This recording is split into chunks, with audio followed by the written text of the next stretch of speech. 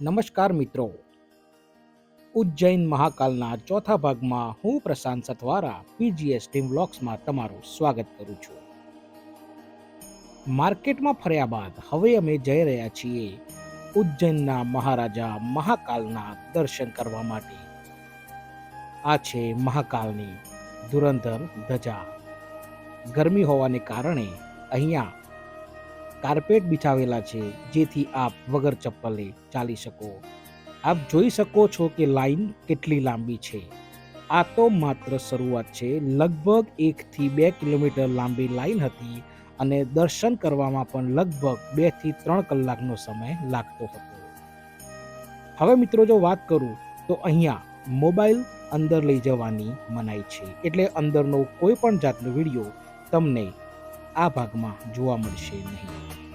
આ છે મંદિરની બહાર બનેલા એક સારા પ્રદર્શનનો એક અંશ. આ છે મુખ્ય દ્વાર અને તેની બાજુમાં છે મોબાઈલ અને સામાનનું લોકર રૂમ. ત્યાં તમારે મોબાઈલ જમા કરાવ્યા બાદ જ અંદર જવાનું છે. આપ જોઈ શકો છો કે મોબાઈલ જમા કરાવવા માટે પણ કેટલી લાંબી લાઈનો લાગેલી છે.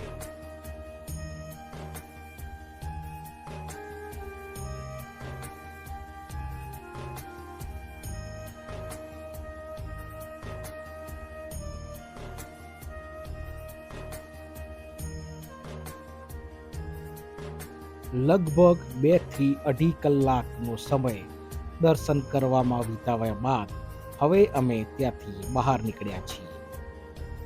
ગરમી અસહ્ય હોવાથી તમને ગમશે તો નહીં, પણ મહાકાલના દર્શન કર્યા બાદ તમે પોતાને ધન્ય તો જરૂર અનુભવશો. તો મિત્રો કમેન્ટમાં લખી દેજો જય મહાકાલ.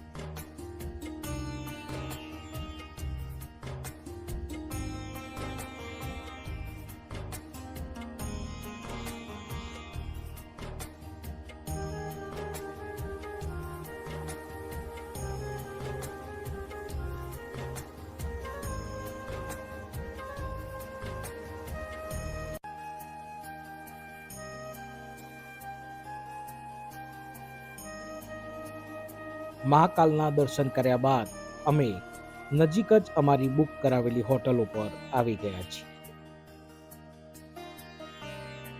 હોટલ તમે પહેલા ભાગમાં બતાવી જ હતી. હોટલ છે મિલન હોલિડે, જે મંદિરના એક મુખ્ય દ્વારથી એકદમ નજીક જ છે. આ જ વિડીયોમાં તમને હોટલની એક મિની ટૂર પણ આપી દઉં છું. આ તે હોટલનું રિસેપ્શન અને મિની રેસ્ટોરન્ટ એરિયા. આ છે અમારો રૂમ 301, જેમાં અમારા 6 મિત્રો માટેનો એક મોટો બેડ રૂમ છે, જેમાં 4 પથારી આપેલી છે. રૂમ બહુ જ સરસ છે, ફૂલ્લી એસી અને એકદમ સ્વચ્છ. સાથે સાથે જોઈ લો બાથરૂમ પણ સ્વચ્છ અને એકદમ સાફ સફાઈ રાખવામાં આવે છે. મિત્રો હોટલે લગભગ 2-3 કલાકનો આરામ કર્યા બાદ હવે અમે ફરીથી નીકળી ગયા છીએ નજીકના મંદિરોના દર્શન કરવા, જેમાં મહાકાલ મંદિરની બરાબર સામે આવેલું છે બડા ગણેશ મંદિર. ગણપતિની મૂર્તિ અહીંયા આપણા કરતાં લગભગ 5 થી 7 ગણી ઊંચી છે. મંદિર એકદમ શાંત અને સારી જગ્યાએ છે. મંદિર પણ વિશાળ છે અને અંદર પણ અલગ અલગ નાના મોટા મંદિરો આવેલા છે.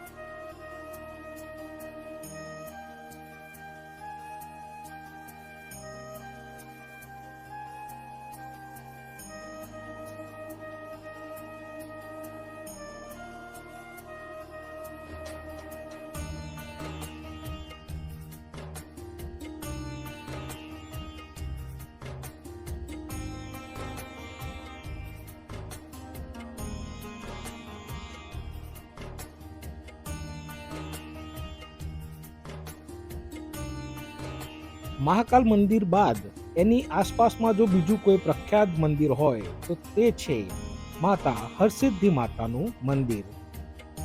અહીંયા માતાજીની આરતી સમયે જે દીપ પ્રગટાવવામાં આવે છે તેનું અલગ જ મહત્વ છે. તેની સામે પણ એક માર્કેટ આવેલું છે. આમ ગણો તો મંદિર એક મુખ્ય માર્કેટમાં જ છે.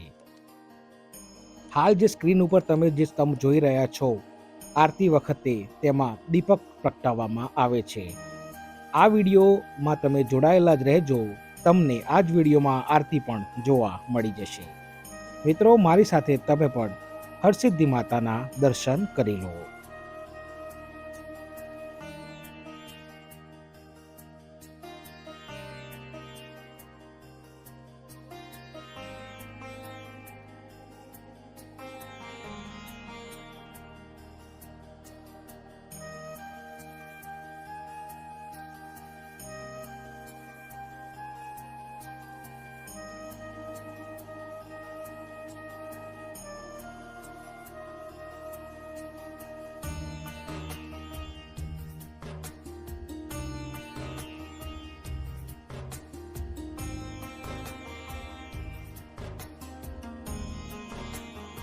હરસિદ્ધિ માતાની આરતી શરૂ થવાની છે. દીપ પ્રગટાવવાના પણ ચાલુ થઈ ગયા છે.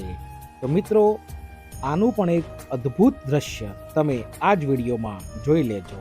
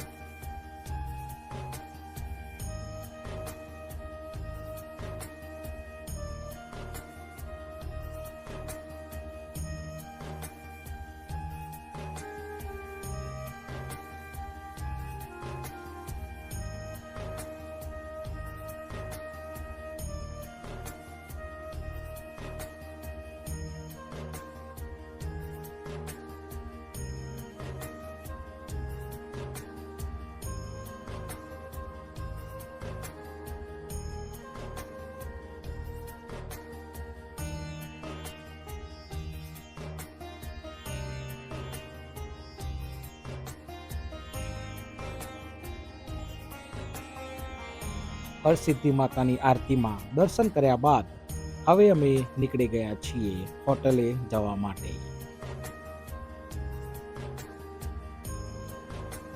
મિત્રો, મહાકાલ મંદિર, બડા ગણેશ અને હરસિદ્ધ માતાની આરતી તમને કેવી લાગી એ મને વિડીયોમાં કમેન્ટ કરીને જરૂરથી જણાવજો. વિડીયોને લાઈક કરજો. જો નવા હો તો ચેનલને સબસ્ક્રાઈબ કરજો. આવા જ અવનવા હરવા ફરવાના વિડીયો જોવા માટે મારી ચેનલ પર જોડાયેલા રહેજો. તો મિત્રો, જય હિન્દ, જય ભારત, જય મહાકાલ.